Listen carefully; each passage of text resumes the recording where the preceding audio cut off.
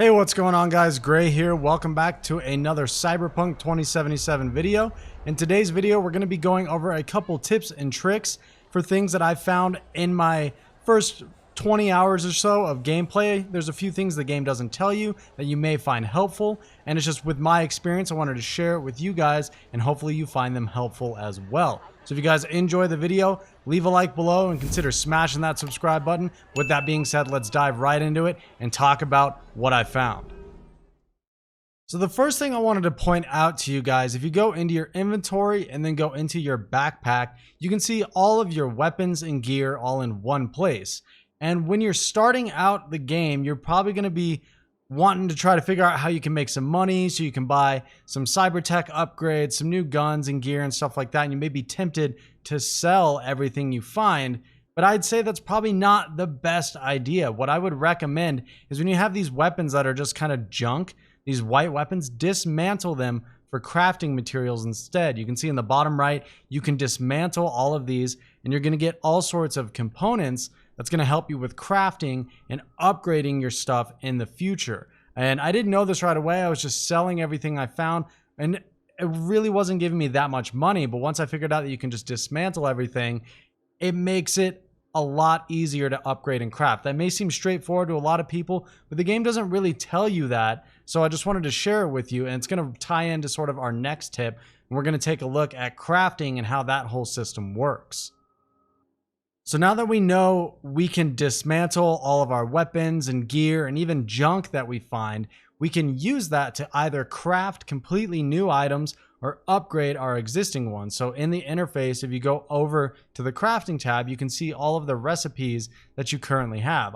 You can see I don't have a ton. I'm not saying this is the ultimate crafting guide or anything. It's just an overview of how it works. And there's some weapons in here, like you can craft this sniper rifle right off the bat. And I haven't found a sniper anywhere in the game. This is the only one I've gotten my hands on. It's this one that you can craft. So I found it pretty helpful and it's been useful to me. And you can do this with all sorts of different stuff. You'll find recipes throughout the game. You can then go to this other tab here and go to some of your favorite weapons that you like using and upgrade them. You can see a lot of them are blocked because you need to level up some of your skills and abilities before you can continue to upgrade stuff. But it just costs some materials that you'll get from dismantling, and you can go ahead and upgrade them. Most of the time, it's just going to increase the DPS of the weapon. I haven't gotten so far into it to where I can really take advantage of this whole system. But now that I know how it works, I really want to dive into it because there's some really unique gear that you can get out of here. And there's one perk I want to point out to you that you may be weary of starting off. If you go into the crafting tab under the technical ability tree, there's this perk right here, and I haven't grabbed it yet because I wanted to mention it to you guys. It's the scrapper perk. It's a passive, and it says all junk items are automatically disassembled. So that means anything that you find, if we go back to our inventory and go to over to our sort of junk tab here, you can see we've got like staplers and bowls and stuff, and a lot of this is useless. You can see it's only worth like $3, so it's nice to have it dismantled. But I have found items like earrings and rare jewelry that's actually worth kind of a lot of money. You can sell it for like $1,000, which I'm sure towards the end game won't add up to very much, but starting out, it can really be beneficial to get a little extra money. So it's something to keep in mind, and I wanted to make sure that you're aware of it because it seems like once you select that perk, it's just going to auto dismantle everything you pick up that's junk. So I know that's a lot of talking about the crafting system, and I still have a lot to learn with it. I'm not saying I'm a master of it at all, but now we can talk about some more gameplay tips, and this is something that was pointed out to me that blew my mind. You'll reach a point in the story where you'll be able to unlock Jackie's bike, and I did the quest for it, and I couldn't figure out where to find his bike, and I really wanted it because I wanted a motorcycle, and normally if you hit, your vehicle summon, it's just going to bring your car to you. But it was made aware to me, if you hold V, you can actually select a list of active vehicles. So if you hold down your summon vehicle button, it'll bring up a list, and then you can decide which vehicle you want to summon. I didn't know that for the longest time, and now I have a motorcycle that I can summon at all times once you've progressed in the story far enough. And I saw a bunch of different threads, people talking about, oh, you might not get the motorcycle if you do things a certain way in the quest, but that's not true. Because I thought I screwed it up and I was like, oh, I'm not going to get it. But it's actually in this list here, so keep that in mind. it looks like you can have multiple vehicles registered to you and just summon the one you want at any given time. So the next thing I want to talk about is the map. You can see it right here. It's sort of a jumbled mess. You can see there's icons all over the place, and there's just so many different things to go and do all throughout the game that, one, it's fun to get distracted and go on side quests and do all that. That's great. But sometimes you really need to focus in on what you're trying to do or what you're trying to find. And obviously there's some things we can do to make it a little bit easier.